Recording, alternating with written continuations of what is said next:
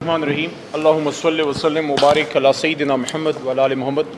तमाम मीडिया के दोस्तों का शुक्रिया। इस वक्त हम उन ख़ानदानों के साथ यहाँ पे बैठे हैं जिनके रिश्तेदारों को 9 मई के हवाले से मुख्तलिफ़ केसेस में मिलिट्री ट्रायल्स में सऊबतों का सामना है। तकरीबन 1 साल होने को है कि किसी का बेटा, किसी का भाई, किसी के वालिद, किसी के शौहर, जो उनके घरों के नान नफ़क़ा कमाने वाले लोग थे, वो इस वक्त ज़ेर हिरासत हैं। सबसे पहले तो हम बतौर जमात तहरीक इंसाफ और मैं बतौर वकील भी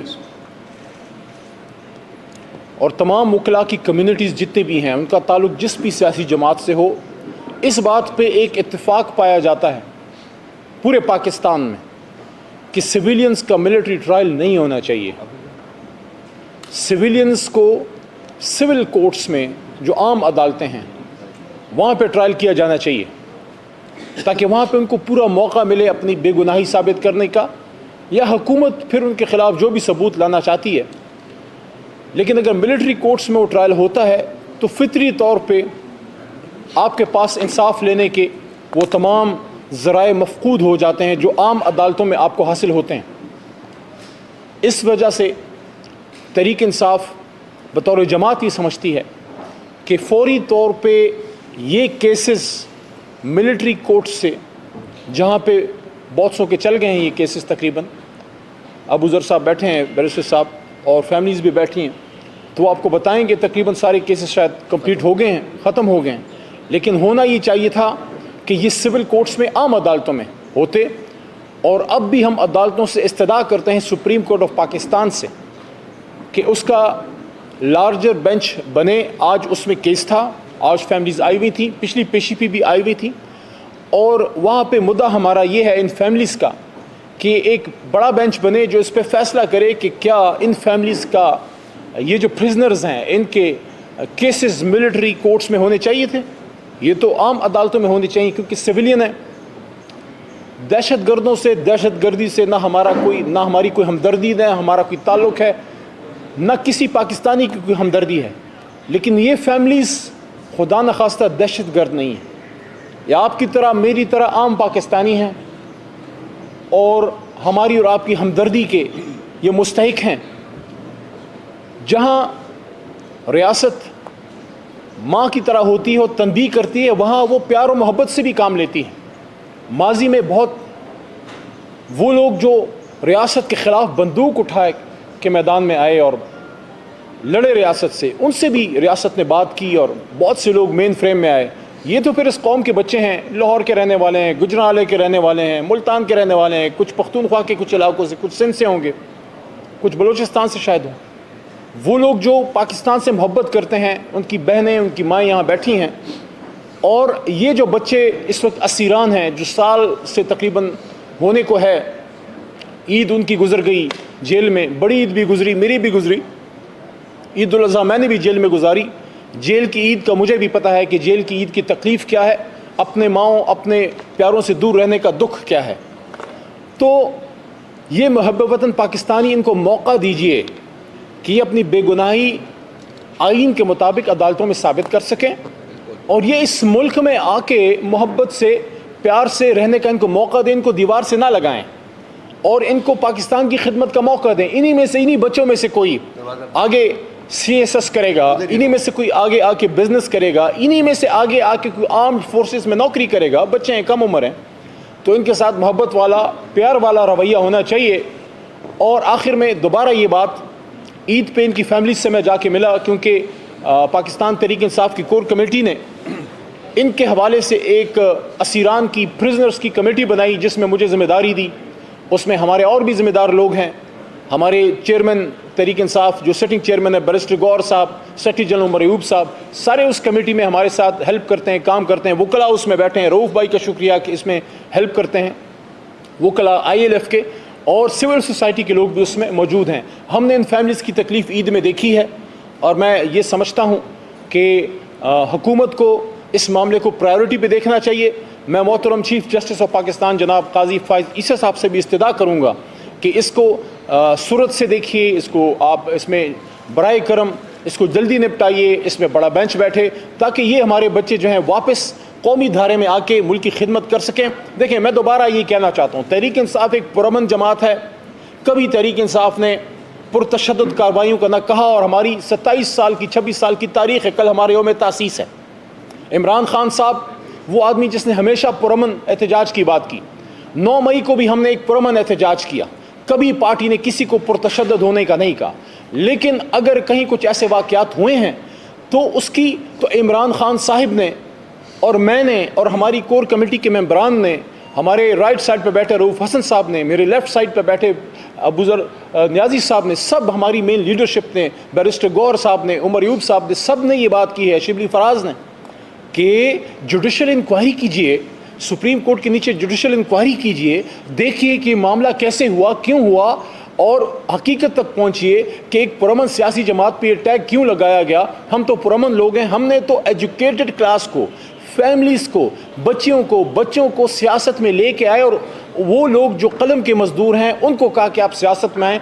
पाकिस्तान में अगर कोई पुरतशद्दुद हो सकता है, कोई हो सकता है, इमरान खान या तहरीक इंसाफ कभी भी नहीं। तो इसलिए इन फैमिलीज़ के साथ हमदर्दी कीजिए, इनके मसाइल के हल पे गौर कीजिए। ये पाकिस्तानी हैं और ये आपकी और मेरी तवज्जो के मुस्तहिक हैं और उसके इंतज़ार में हैं। दोबारा चीफ़ जस्टिस ऑफ पाकिस्तान से दरख्वास्त है बसत एहतराम कि ये जो आज केस हियरिंग हुई है, हम आपका एहतराम करते हैं, लेकिन तवक्को भी आप ही से करते हैं, क्योंकि बाकी इदारों से अब शायद तवक्को मफकूद होती जा रही है। सिर्फ सुप्रीम कोर्ट ही वो एक इदारा रह गया है, इसलिए हम आपके साथ मजबूत खड़े हुए। जब 6 जजेस का लेटर आया, कोई सियासी जमात जुडिशरी के साथ खड़ी नहीं हुई, सिर्फ तहरीक इंसाफ खड़ी हुई, क्योंकि हम ये समझते हैं कि हमारी जमात का नाम ही इंसाफ है। हम जुडिशल सिस्टम की मजबूती के लिए हम जो है आपके साथ, और उसके लिए हमने पूरे मुल्क में इस पे प्रोटेस्ट किए कि 6 जजेस का जो मामला है ये क्यों हुआ, क्योंकि जिन लोगों के पास लोग इंसाफ लेने आते हैं, अगर उन्हों कोई इंसाफ लेने का तलबगार बनना पड़े तो फिर मुल्क का क्या बनेगा। इसलिए 6 जजेस वाले मामले पे हमने मोहतरम चीफ जस्टिस साहब से दरख्वास्त की थी, इस्तदा की थी कि आप इस पर सो मोटो नोटिस लें। उन्होंने नोटिस लिया और पिछली हियरिंग में उन्होंने ये भी कहा कि इस पे फुल बेंच बनाएंगे। ये हमारा वो मुतालबा था कि आप, ये मामला जुडिशरी का है, इसको आप इंतज़ामिया की तरफ ना भेजिए, क्योंकि उन्हीं से तो ये सारे मामलात हुए हैं। इसलिए हम चीफ जस्टिस से ये इस्तदा करते हैं कि हमारी सारी तवक्कुआत इसमें जुडिशरी से हैं। बाकी इदारों ने जो हमारे साथ किया है, 8 फरवरी को जो हुआ, अभी जो 21 अप्रैल को हुआ, हमारा मैंडेट चुराया गया, उस पर फिर किसी दिन बात करेंगे, उस पर तफसीली बात होनी चाहिए, पार्लियामान में भी बात करेंगे। लेकिन आज हम इन फैमिलीज़ के लिए इकट्ठे हुए हैं पार्लियामान में। कल बैरिस्टर गौर चेयरमैन तहरीक इंसाफ ने इस पर बात की है, मैं भी यहाँ आपके सामने बैठा हूँ। मैं रूह भाई और तमाम लोगों का शुक्रिया भी अदा करता हूँ कि आप सब ने हमें इस पर हेल्प किया। मीडिया का शुक्रगुजार हूँ और दरख्वास्त करूँगा, मेरे राइट पे बैठे हैं अबूज़र साहब, इस पे फिर राय का इजहार कीजिए और फिर फैमिलीज़ जो हैं उनसे भी दरख्वास्त होगी कि वो अपना मौक़िफ़ दीजिए। खासकर आज जो सुप्रीम कोर्ट में कार्रवाई हुई है उस पर हमारे फैमिलीज़ के तर्जुमान जो हैं वो बात करेंगे। जी बैरिस्टर साहब। चलिए,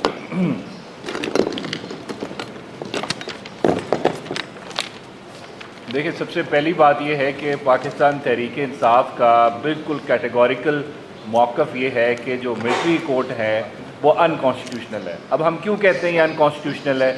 आपके आइन का आर्टिकल 175 कहता है कि जो जुडिशरी और एग्जीक्यूटिव होंगे उनके फंक्शंस आपस में मिंगल नहीं करेंगे, यूज़र नहीं कर सकता आपका एग्जीक्यूटिव जुडिशरी का फंक्शन। अब इसमें मसला क्या आ रहा है? जो आपके कर्नल साहब जिन्होंने ट्रायल प्रिजाइड किया है मिलिट्री कोर्ट के लोगों का, वो कर्नल साहब मिनिस्ट्री ऑफ डिफेंस के मुलाजिम हैं, वो एग्जीक्यूटिव को रिप्रेजेंट करते हैं। अगर एक कर्नल साहब ने ट्रायल करना है एज अ जज, वो एक एग्जीक्यूटिव का ऑफिसर जुडिशरी का जो फंक्शन है उसको यूजर्व कर रहा है, उसको एज्यूम कर रहा है, उसका रोल जो है वो उसने छीन लिया है। तो यही हमारा मेन मुद्दा है, यही पॉइंट है कि हम चाहते हैं कि इनका अगर ट्रायल होना है किसी का तो वो एक जुडिशरी का ऑफिसर करेगा। ये हमारे आइन के अंदर लिखा हुआ है, सेपरेशन ऑफ पावर प्रिंसिपल हमने अपहोल्ड करना है। अब सेपरेशन ऑफ पावर प्रिंसिपल क्या कहता है? जुडिशरी का वो काम है कि लोगों के फैसले करना, एग्जीक्यूटिव का काम है लॉ को इन्फोर्स करना, पार्लियामेंट का काम है लॉ को बनाना। लेकिन अगर कोई इदारा किसी और इदारे का काम करना शुरू कर देगा तो मुल्क में कॉन्स्टिट्यूशनल क्योस आ जाएगा, कॉन्स्टिट्यूशनल डेडलॉक आएगा। यही वजह है कि इन लोगों के जो ट्रायल्स हुए हैं वो किस तरह हुए हैं। जब आप एक ऐसे शख्स को प्रिजाइडिंग ऑफिसर कोर्ट का बना देंगे जो एग्जीक्यूटिव को रिप्रेजेंट कर रहा है। अब इसकी मैं मिसाल आपको देता हूं कि एक पुलिस ऑफिसर है जो आपके खिलाफ एफआईआर रजिस्टर कर रहा है, वही अगर आपका जज बन जाए तो क्या वो इंसाफ करेगा? ये तो कॉन्फ्लिक्ट ऑफ इंटरेस्ट है। यही हमारा सारा केस है कि इस वक्त जो आपके कंप्लेनेंट्स हैं वही आपके जज हैं, वही ज्यूरी हैं, वही आपको सजा दे रहे हैं। तो ये आइन से मुतसादिम ट्रायल हो रहे हैं। यही सुप्रीम कोर्ट ऑफ पाकिस्तान के जो 5 जजेस ने ओरिजिनल जजमेंट दी थी, यही कहा था ये आपके आर्टिकल 175 की वायलेशन में मिलिट्री कोर्ट बना है जहां पे सिविलियंस का ट्रायल हो रहा है, और आर्टिकल 10 ने जो राइट टू फेयर ट्रायल कहता है किसी भी क्रिमिनल लायबिलिटी डिटर्मिन करनी अगर आपने तो फेयर ट्रायल से होगी, उसको पूरा मौका दिया जाएगा। अब यहाँ पे क्या हुआ, यहाँ पे 4 दिन के अंदर ट्रायल ख़त्म हुआ। यहाँ पे हमारे कप्तान इमरान खान साहब का ट्रायल हुआ, जेल में सीक्रेट ट्रायल हुआ, शैम ट्रायल हुआ, लेकिन उसको भी 4-4 महीने लग गए 12-12 घंटे की हियरिंग करने के लिए। वो भी हम ट्रायल नहीं मानते क्योंकि वो शैम ट्रायल था। लेकिन यहाँ पे तो 4 दिन के अंदर ट्रायल इन्होंने ख़त्म किया। तो उसकी कितनी कॉन्स्टिट्यूशनल या उसकी लीगैलिटी कितने हद तक ठीक होगी? आप किस तरह कह सकते हैं कि ये इनका ट्रायल जो हुआ ये फेयर ट्रायल हुआ है? ये हमारा मेन पॉइंट है। दूसरी बात, इसमें देखें, आपको याद होगा 21वीं और 22वीं तरमीम आई थी आपके आइन के अंदर। वो क्यों आई थी? वो सिर्फ इस वजह से आई थी कि आपने तहरीक तालिबान पाकिस्तान के लोग और बाकी टेररिस्ट ऑर्गेनाइजेशन के लोगों को अगर ट्राई करना है मिलिट्री कोर्ट्स में तो आपको अपने आइन के अंदर तरमीम करनी पड़ेगी, और वो तरमीम ख़त्म हो चुकी है क्योंकि उसके अंदर सनसेट क्लॉज था। तो अब मतलब कि आप एक पॉलिटिकल पार्टी के 20-20, 22-22 साल, किसी केसेस में तो 17 साल के लोग भी हैं, वो अभी कस्टडी में 18 साल के हुए हैं, आप उनका ट्रायल कर रहे हैं सिंपल कानून के तहत। लेकिन अगर आपने तालिबानों का ट्रायल करना था, तहरीक तालिबान पाकिस्तान का, तो उनके लिए आपको आइन में तरमीम करनी पड़ी। दैट मीन्स जो आप अभी ट्रायल कर रहे हैं ये आपका गैर आइनी है, गैर कानूनी ट्रायल है। इसमें सबसे बड़ा देखें, 5 जजेस ने तो जजमेंट दे दी, और ये मैं भी कह रहा हूँ, देखें जो जज करता है आपको, आपकी परफॉर्मेंस को, किसी भी बड़े ओहदे पे बैठे हुए शख्स को वो तारीख करती है, मौरख करती है। अभी हम जो मर्जी बोल दें, लेकिन 10 साल बाद, 15 साल बाद, 20 साल बाद अगर किसी को जज किया जाएगा, हमारे जो बड़े ओहदों पे लोग बैठे हुए हैं वो तारीख करेगी, और तारीख हमेशा न्यूट्रल होती है, कभी वो बायस नहीं होती। इस वक्त कोई शख्स नहीं कहता कि ज़ियाउल हक साहब बहुत बड़े लीडर थे, क्योंकि वो गासिब थे, उन्होंने मुल्क के ऊपर मार्शल लॉ इम्पोज किया था, लेकिन उनके ज़माने में कोई शख्स बोल नहीं सकता था। अब यहीं पे आपके हमारे बाजवा साहब हैं, वो कस्में खा रहे हैं लेकिन उनको बात यकीन करने को तैयार नहीं है। लेकिन एक टाइम पे यही माटी बाजवा साहब थे, जो वो कहते थे उनकी बात मानी जाती थी। तो इस वजह से हमारे चीफ जस्टिस साहब की सबसे बड़ी रिस्पॉन्सिबिलिटी बनती है। उन्होंने खुद कहा था 21वीं आईनी तरमीम के केस में कि मिलिट्री कोर्ट्स अनकॉन्स्टिट्यूशनल, जब तालिबान को ट्राई किया जा रहा था। अब वही चीफ जस्टिस साहब इस बेंच में नहीं बैठे, आपको बैठना पड़ेगा इस बेंच में। आपकी लेगेसी ऑलरेडी क्वेश्चनेबल हो चुकी है। क्यों? आपने रिटर्निंग ऑफिसर्स के केस का फैसला किया और उमैर नियाजी को कंटेम्प्ट इशू कर दी कि उसने क्यों कहा कि जुडिशरी से रिटर्निंग ऑफिसर्स लें। फिर आपने एक पॉलिटिकल पार्टी से उनका सिंबल छीन लिया इलेक्शन से थोड़े दिन पहले।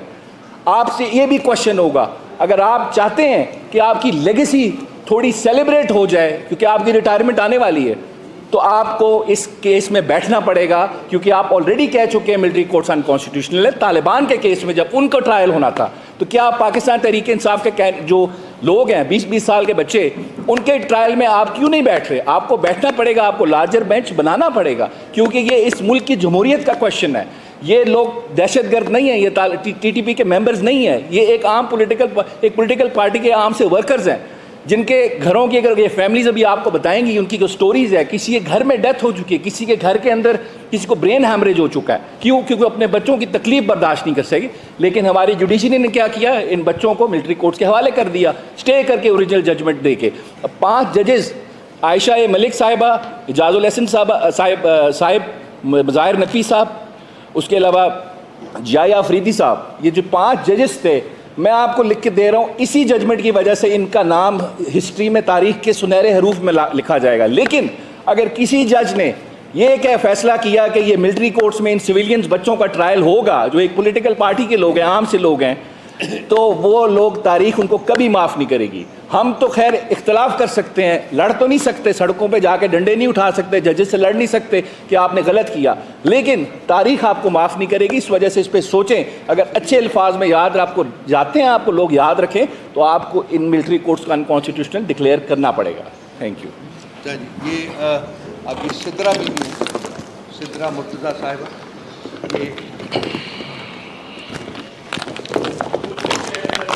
बस ये सीट चेंज करनी पड़ेगी, सीट चेंज करनी पड़ेगी।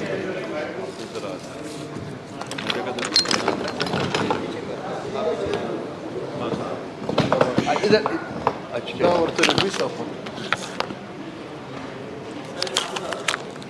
सिद्रा मुर्तज़ा, अपना तारुफ करा दीजिएगा। जी, मेरा नाम सिद्रा मुर्तज़ा है। अली रज़ा मेरे भाई हैं और 9 मई से वो मिलिट्री की कस्टडी में है। मिलिट्री की कस्टडी में तो नहीं कह सकती, पहले थाने में थे, उसके बाद जेल में, और उसके बाद एटीसी ने उन्हें मिलिट्री की कस्टडी में दे दिया था। एटीसी ने कहा था कि एटीसी ने जब इनको कस्टडी में दिया था तो उसके बाद इनके फ़ौरन ट्रायल शुरू हो गए थे। जिस तरह एक जज साहिबान ने कहा कि आप ट्रायल कर लें लेकिन आप जजमेंट नहीं पास कर सकते। अभी जो इन्होंने 20 लोगों को छोड़ा है उसमें इन्होंने जजमेंट भी पास किया है कि इनको 1-1 साल की सज़ा हुई है, मतलब उनकी जजमेंट आ चुकी है कि इनको 1-1 साल, मतलब उन्होंने सज़ा भी सुनाई है। ये हमारे सुप्रीम कोर्ट का काम था।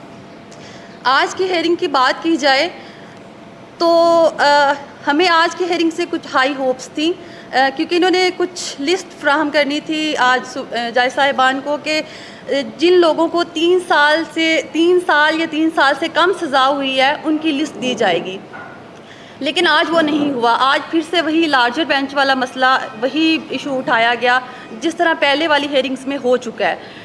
कभी ये 5 रुकनी बेंच एक फ़ैसला देता है, फिर उसको कालअदम करार दे दिया जाता है, फिर लार्जर बेंच की अपील में हम जाते हैं। अगर ये समझते हैं कि 9 मई इतना सीरियस इशू है तो फिर ये लार्जर बेंच बनाएं या फिर ये फुल बेंच बनाएं। जितना इनके पास डाटा है वो सारा फ्राहम करें। इनके पास सीसीटीवी फुटेज है जिसकी बिना पे इन्होंने सज़ाएं दी हैं, जिसकी बिना पे ट्रायल हुए हैं, तो ये सारा डाटा फ्राहम करें। जब काजी फ़ाइज़ ईसा साहब ने APS हमले का फ़ैसला सुनाया था और कहा था कि हमारी सिविल अदालतें मौजूद हैं और ATC इनको सज़ाएं देगी, वो दहशतगर्द थे। उनके फ़ैसले अगर ATC कर सकती है तो सिविलियंस के फ़ैसले फिर मिलिट्री ट्रायल में कैसे हो सकते हैं? उनका सीधा केस तो फिर ATC में होना चाहिए। और चलो इन्होंने मिलिट्री ट्रायल कर लिए हैं, इन्होंने सज़ाएं सुना दी हैं, लेकिन हमें तो इतना भी नहीं पता कि हमने आगे अपील में कहाँ पे जाना है। आया कि इनके जजेस के पास जाना है, और क्या हमारी अपील ये लगाएंगे? 6-6 माह हमारी अपील ही ना लगे तो फिर हम साल जलील होंगे। इन्होंने 105 लोग पकड़ लिए थे, मिलिट्री ने अपनी कस्टडी में रख लिए। ईद का मौका था, आर्मी चीफ साहब एक दफ़ा उन बच्चों के पास जाते तो सही, उनको देखते, वो दहशतगर्द लगते हैं इनको। कोई उन्हें PhD होल्डर है, कोई MPhil स्कॉलर है, कोई डॉक्टर है, कोई CA का स्टूडेंट है, कोई अपना कारोबार करके, दिहाड़ी करके, अपनी मेहनत मजदूरी करके अकेला बंदा अपने घर का रोज़गार चला रहा है, वो दहशतगर्द लगते हैं। ये माएँ बहनें बैठी हुई हैं, ये दहशतगर्दों की माएँ बहनें हैं। खुदा के लिए आर्मी चीफ साहब से मेरी एक ही अपील है कि वो उन बच्चों से जाके मिलें, उनसे पूछें। उनके चेहरों से लगता है वो आज भी इतने मुहिब्बे वतन है। 10 माह उन लोगों ने मिलिट्री कस्टडी में गुजारे, वो आज भी इतने मुहिब्बे वतन है। आज भी उनके ज़ुबान पे कोई शिकवा नहीं है। आज भी वो यही समझते हैं कि एक मिसअंडरस्टैंडिंग है जिसे सॉल्व होना चाहिए। खुदारा अपने सिविलियंस पे रहम करें। हम दहशतगर्द नहीं हैं, हमारे ऊपर ये ना थोपें। दहशतगर्द एक बहुत बड़ा लफ्ज़ है, ये गाली है। इस मुल्क में इसकी कोई गुंजाइश नहीं है, जमहूरियत में दहशतगर्दी की कोई गुंजाइश नहीं है। हर पार्टी इसके ख़िलाफ़ बोलती है, PTI भी इसके ख़िलाफ़ बोलती रही है। हमारा कसूर सिर्फ इतना है, हमारे उन भाइयों का, उन बच्चों का, उन बुज़ुर्गों का इतना कसूर था कि वो उस दिन सिर्फ पुरअमन एहतजाज के लिए निकले थे, जो ही इस मुल्क का कानून हमें इजाज़त देता है। अगर उनसे कोई गलती हुई है, वो उस काफ़िले का हिस्सा बने हैं, उस हजूम का हिस्सा बने हैं जो तोड़ फोड़ में मुलव्वस था, और वो जज्बात में आके उसमें कोई गलती हो गई है तो उसकी इतनी बड़ी सज़ा तो नहीं बनती। 1 साल बहुत टाइम होता है। उन्होंने मारे भी खा लिए हैं, उन्होंने सब कुछ बर्दाश्त कर लिया है। जितना आपने ट्रायल करना था, जितनी इन्वेस्टिगेशन करनी थी, फैमिलीज़ तक इन्वेस्टिगेशन आप लोगों ने की है, आपको सब कुछ पता है। हम दहशतगर्द हैं या सिविल पर्सनस हैं? हम सिविलाइज्ड लोग हैं। हम हर बार जितनी भी हेयरिंग्स हो चुकी हैं, फैमिलीज़ आती हैं यहाँ से उम्मीद लेके आती हैं, ये मेरी माएँ बहनें बैठी हुई हैं, ये मरीज़ बन चुके हैं, हमारे भाई अंदर हैं, वो हमें हौसला देते हैं। उन्होंने कभी हमें आर्मी के ख़िलाफ़ नहीं भड़काया, कभी किसी पार्टी के ख़िलाफ़ नहीं भड़काया कि आप बाहर जाके ये बयान दो, लेकिन अब हमारी हिम्मत जवाब दे चुकी है। मैं अकेली यहाँ पे 10 माह से अपने भाई के लिए जंग लड़ रही हूँ। इस कौम की बेटी हूँ, मेरा ये गुनाह है? वो मेरी माएँ बहनें, हमारे घर में कितने कितने लोग वफात पा चुके हैं हमारे घरों में। हमारे इधर एक बुज़ुर्ग हैं, उनके इसी सदमे में उनके एक बेटे की नेचुरल डेथ हो चुकी है हार्ट अटैक से। एक बेटा आपकी मिलिट्री कस्टडी में और एक बेटे की डेथ हो चुकी है हार्ट अटैक से। आप उस अंकल की आप देखें, वो दाऊद खान है, आप उन्हें देखें तो सही, सिर्फ 2 मिनट के लिए उनको देखें, उनका वजूद सारा कांप रहा होता है, किसी को कोई रहम नहीं आता।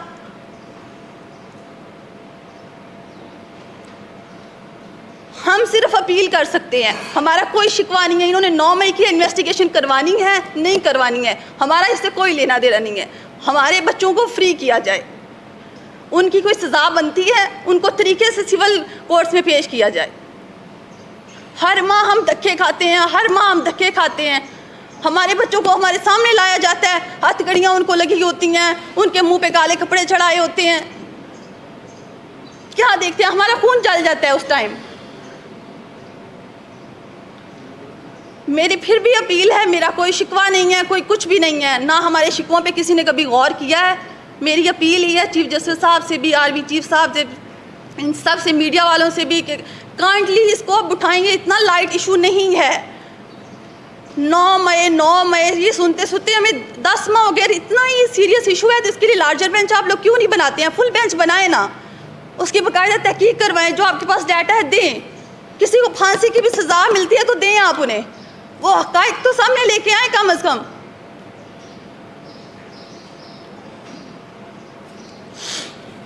Thank you. मेहरबानी से, बहुत मेहरबानी। तैमूर मजीद साहब, जी साहब, 2-3-4 मिनट बस थोड़े टाइम लेंगे, काफ़ी हो गया। कर लीजिए जी अस्सलाम वालेकुम जी सबको। मेरा नाम तैमूर मजीद है, मेरे भाई अंदर हैं जी, और 13 अगस्त को उनको अरेस्ट किया गया। 5 महीने हमें नहीं पता जी भाई कहाँ पे है, किसी को कुछ नहीं पता। और फिर अचानक पता चलता है जी कि आर्मी की कस्टडी में है, मुलाकात के लिए बुलाया गया। और उनके हालात देख के एक बार समझ में नहीं आया कि जी कि ये वही हैदर मजीद साहब हैं। और जितने भी लोग अंदर बंद हैं सबको पता है, फैमिलीज़ मिलने जाती हैं, सबका 18-18, 20-20 किलो वज़न कम हुआ हुआ है, सब अपनी हालत से बेगैर हुए हैं, कोई समझ नहीं आती। सिंपल सी बात है कि मुल्क पाकिस्तान में आइन के तहत जो भी अब इसकी चीज़ बनती है उसके ऊपर काम करें ना। सिविलियंस का मिलिट्री ट्रायल नहीं हो सकता। जब आइन में एक चीज़ लिखी हुई है तो हम आइन के ऊपर क्यों नहीं काम कर रहे? आप देखें कि PDM की हुकूमत आई, उन्होंने आगे एक बिल पास कर दिया, उसके बाद जो 5 रुकनी बेंच ने इसको हलाल करार दे दिया, उसके बाद से फिर से स्टार्ट हो गया। आज भी हेयरिंग थी सुप्रीम कोर्ट में, आज वहाँ पे लार्जर बेंच की हमारी सज़ा है कि लार्जर बेंच बनाया जाए। 6 रुकनी बेंच है, इसके ऊपर लार्जर बेंच नहीं तो फुल कोर्ट, कुछ दोनों में से चीज़ करें ना, जुडिशनल इंक्वायरी करवाएं इसके ऊपर। हमारे बंदों की ना कोई तस्वीरें हैं, ट्रायल किया गया अंदर, मिलिट्री ट्रायल, लॉयर्स को सिर्फ एक वकील अंदर जाने दिया, कोई उसको चार्जशीट नहीं दिखाई, कोई कुछ नहीं दिखाया। अगर उनकी कोई चार्जशीट है उनको दिखाएं तो सही कि ऊपर उनके ऊपर क्या क्या तोड़ फोड़ कर रहे हैं, कहाँ पे पाए गए हैं। कोई तस्वीर नहीं है, कोई वीडियो नहीं है, कुछ भी उसके अंदर नज़र नहीं आ रहा, कोई प्रूफ तो दिखाएं। सिर्फ इस बिना पर कि इमरान खान के साथ एक सियासी लगाव है हमारा, इस बिना पर कि उनको अंदर बिठा लिया और मिलिट्री के वाले कर दिया। एहतजाज करने के ऊपर अगर मिलिट्री ट्रायल, क्या एहतजाज सिर्फ एक सड़क के ऊपर खड़े होके, हम तो लाहौर में उसको सड़क कहेंगे ना जी, हमें तो नहीं पता कि वो एक जो घर बताया जाता है जिनाह हाउस का गया, हमें तो उससे पहले नहीं पता कि जिनाह हाउस लाहौर में भी कोई है। कोर कमांडर हाउस के बाहर खड़े होकर एक एहतजाज किया और उस एहतजाज के ये सज़ा दी गई कि सब बंदों को उठाया मिलिट्री के वाले कर दिया। अच्छा, मिलिट्री ट्रायल शुरू हो गया। आप देखें जनवरी में मिलिट्री ट्रायल स्टार्ट होते हैं उनके, कंप्लीट भी हो गए 4-4 दिन के अंदर, सिर्फ 4 दिन में उनके मिलिट्री ट्रायल कंप्लीट करके और सज़ा भी नहीं सुनाई। जनवरी से आज अप्रैल ख़त्म होने आ गया, लेकिन अभी तक किसी बंदे की चार्जशीट नहीं दे रहे हैं कि किसी को कितनी सज़ा दे रहे हैं, क्या नहीं दे रहे। लिहाजा सिंपल सी बात है, फैमिलीज़ के बस अब जो है ना उनके ऊपर हाथ हल्का रखें। बहुत जुल्म ज़्यादती हो गई। अंदर डॉक्टर्स मौजूद हैं, अंदर बैंकर्स मौजूद हैं, छोटी उम्रों के लड़के अंदर हैं। एक लड़का था अंदर, वो बेचारा अभी तो 18 साल का नहीं था, वो इनकी कस्टडी में रहते हुए 18 साल का हो गया। आप अंदर रिटायर्ड आर्मी के ऑफिशल्स हैं और बहुत से लोग लॉयर्स हैं वहाँ पे अंदर, पढ़ा लिखा तबका है सारा।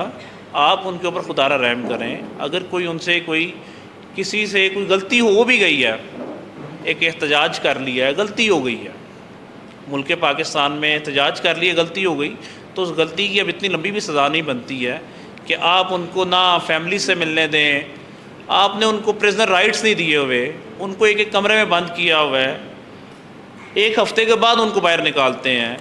आप जेलों में भी तो लोग मौजूद हैं ना, जेलों में एक प्रिजनर्स राइट होते हैं, जेलों में लोगों को प्रिजनर्स राइट दिए जाते हैं। सुबह 8 बजे 9 बजे उनको निकालते हैं, मगरिब के टाइम बंद करते हैं, वो एक खुली फ़िज़ा में वहाँ पे घूमते हैं अंदर, एक कमरे में बंद कर के उनको आप इमोशनली डैमेज दे रहे हैं, उनको मेंटली डैमेज दे रहे हैं। वो पता नहीं कौन कौन सी बीमारियों में लाहक हो गए होंगे। उनके पीछे उनकी फैमिलीज़ देखें जी, यहाँ पे फैमिलीज़ मौजूद हैं, आप सब उनके हालात देखें कि बंदे तो अंदर बंद हो गए, लेकिन इन बेचारों में जो कुर्ब के एक दिन गुजर रहे हैं, किस तरह से दिन गुजार रहे हैं। बड़ी ईद गुजरी पीछे, सब इंतज़ार में थे, नया नया काम था कि लोग वापस आएंगे। ईद गुजर गई, छोटी ईद आ गई, छोटी ईद पर लोग इंतज़ार करते रहे कि हमारे बच्चों को छोड़ेंगे, छोड़ा, उस पर भी कोई नहीं ऐसा मामला हुआ। तो लेकिन अब देखें कि बड़ी ईद फिर 1 महीने के बाद बड़ी ईद आ जाएगी। इसी में लोगों की ज़िंदगियाँ ख़त्म हो रही हैं, सब यंगस्टर्स हैं, उनके फ्यूचर्स हैं आगे। खुदारा आप सबसे यही अपील आपके सामने की जा रही है, चीफ़ जस्टिस साहब इसके ऊपर जुडिशल इंक्वायरी करवाएं। अगर कोई सज़ा का मुस्तहिक है तो उसको सज़ा सुनाएं, लेकिन मिलिट्री के थ्रू नहीं, जो एक सिविलियंस का काम होता है उसके थ्रू जुडिशल इंक्वायरी कराएं, फुल कोर्ट बनाएं, लार्जर बेंच बनाएं। वो इसके ऊपर जो सज़ा देते हैं, केस सुनते हैं, हमें मंजूर है, लेकिन ये तो नहीं कि ना आप चार्जशीट दें, ना लॉयर्स को कोई चीज़ दिखाएं और एक 4 दीवारी में बंद रहकर उनको आप सज़ा सुना दें, और सज़ा भी अभी तक नहीं सुना रहे, पर इल्ज़ाम लगा दें। ऐसा नहीं होगा। लिहाजा आपकी मेहरबानी, आपके साथ आपके सामने बैठ के पुरज़ोर अपील है कि चीफ़ जस्टिस साहब इसके ऊपर लार्जर बेंच बनाएं, जुडिशल इंक्वायरी करवाएं और इसको जो शफाफ तहकीकात है वो करें और जिसके ऊपर जो चीज़ें हैं वो सामने लाई जाएँ। शुक्रिया जी। हाफिज़ इमरान साहब जो बात करना चाह रहे हैं, हाफिज़ साहब आप आगे आ जाइए। इमरान आ इधर आ, हाँ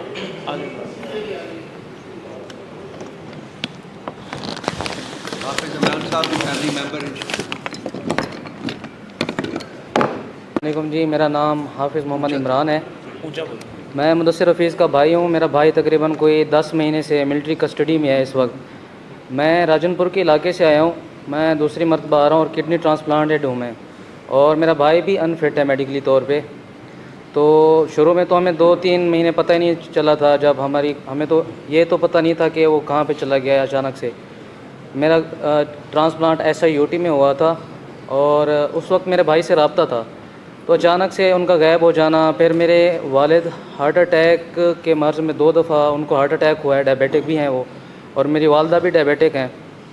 हम मेंटली तौर पे बहुत डिस्टर्ब हो चुके हैं। हमारी खुदारा अपील है आर्मी चीफ़ साहब से और चीफ़ जस्टिस ऑफ पाकिस्तान से कि हम आपके पास उम्मीद लेके आते हैं और ऐसे ही चले जाते हैं कि हमें फिर इतना तकलीफ़ होती है। मेरे वाले साहब ने अभी मुझे इतना दुआएं दी, मुझे कहा कि बेटा आप सुरखरू होके आओगे, मेरा दिल मानता है, लेकिन मैं अब क्या उनको जवाब दूंगा जाके। यकीन करें कि हमारे हालात ऐसे हो गए हैं कि हम ना रो सकते हैं, ना किसी को कोई चीज़ बयान कर सकते हैं। हमारे केसेस सुने, हम आपसे अपील करने के लिए आए हैं। आप मीडिया वालों से दरख्वास्त है कि आप हमारी आवाज़ को बुलंद करें। हम कोई दहशतगर्द नहीं, हम पाकिस्तानी आइडेंटिटी कार्ड रखते हैं। मेरा भाई सैलाब जदगान के इलाके में रेस्क्यू इदारे गवाह हैं, 2010 में हो गया। अभी रिसेंटली राजनपुर में आपने सुना होगा सैलाब बहुत आते हैं, और अल खिदमत फाउंडेशन वाले गवाह हैं। वो बंदा अकेला यहाँ राजनपुर से पैसे सारे इकट्ठे करके वहाँ पे लोगों के लिए सर्व करता रहा है। उसने हमेशा से पाकिस्तान की खिदमत की है। 8 साल वो पाकिस्तान आर्मी में सर्व करके गया है। तो हम आपसे अपील करते हैं, आर्मी चीफ साहब से अपील करते हैं कि हमारी बात को सुने, खुदारा हमें दीवार के साथ मत लगाएं। जज़ाकल्लाह। एक सेकंड।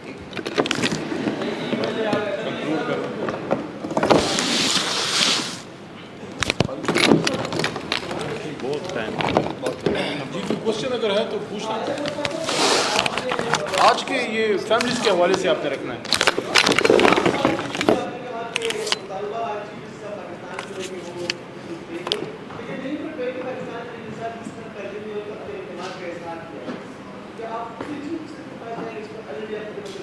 देखिए मैं आपकी बात समझ गया हूँ। मैं इसका ब्रीफ जवाब दूंगा क्योंकि आज फोकस इन फैमिलीज़ पे हमारी माएँ बहनें हैं। और अभी जो हाफिज़ बात कर रहे थे और हमारी बहन जब बात कर रही थी, मेरा भी एक बेटा है और वो भी कोई अब 18-19 साल का है। तो जब उन्होंने कहा कि हमारे बच्चों के हाथों में हथकड़ियाँ डाल के और सर पे काली टोपी पहना के लाया जाता है, तो मेरे जहन में मेरे बेटे का हकीकत मैं आपको कह रहा हूँ, उसकी तस्वीर आई कि अगर उसके साथ ऐसा होगा तो मुझे कैसे फ़ील होगा। मैं ख़ुद तो ये फ़ील कर चुका हूँ इसी काले कोट में, मेरे अपने मर्दान में, जिसने मेरे सर पे इज़्ज़त का ताज रखे इस्लामाबाद भेजा था एज एन इलेक्टेड पार्लियामेंटेरियन। उसी मर्दान में मेरे इसी हाथ में हथकड़ी पहना के मुझे एक मुजरिम के तौर पे घुमाया गया और मुझ पे इल्ज़ाम लगाया गया। सीक्रेट एक्ट मुझ पे भी लग चुका है, एंटी टेररिज्म एक्ट मुझ पे भी लग चुका है, आर्मी एक्ट लगाया गया।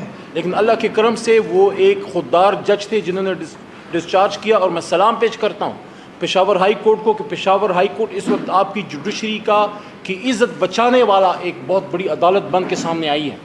तो इस वजह से हम ये कहते हैं कि आपस के गिले शिकवे हम करते रहेंगे, लेकिन इस वक्त न मैं अहम हूँ, न आप अहम हैं, न ये रऊफ़ हसन साहब, इस वक्त ये लोग अहम हैं जिनकी फैमिलीज़ आई हैं। जहाँ तक चीफ साहब के हवाले से आपने बात की, चूँकि वो ओहदे पे बैठे हैं, हमने गिला और हमने इस्तिदा उन्हीं से करना है। जी सर।